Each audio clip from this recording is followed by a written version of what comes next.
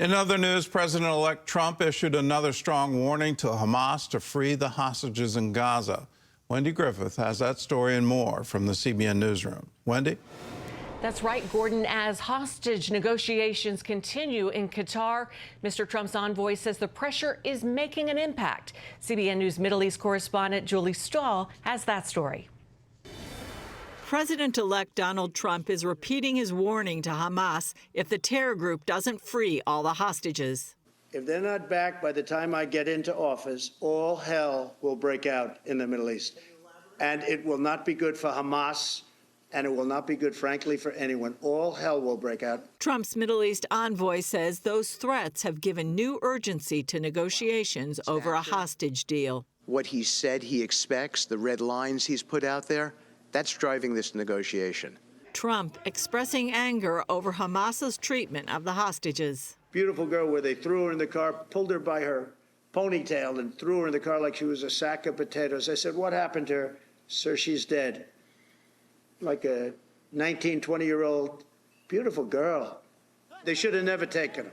They should have never been the attack of October 7th. Witkoff is returning to Doha later this week to keep pushing the process forward. But I think that we've had some really great progress, and I'm really hopeful that by the inaugural, we'll have some good things to announce. As the negotiations ramp up, Israeli President Herzog met with an international task force that includes the U.S. to explore new avenues to free the hostages. Israel is taking part and says the only holdup is unreasonable demands by Hamas.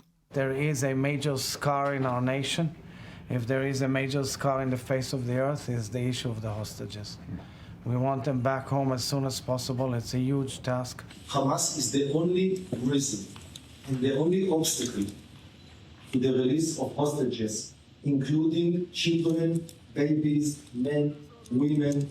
Louis Har was one of 4 hostages rescued last February from Gaza.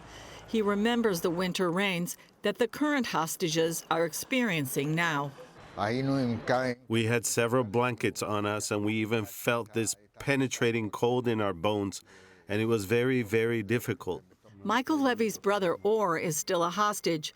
Levy says for the first time he has hope that President Trump will get a deal. And this time, I think the conditions are ripe to actually get to a deal, to a real one. Julie Stahl, CBN News, Jerusalem.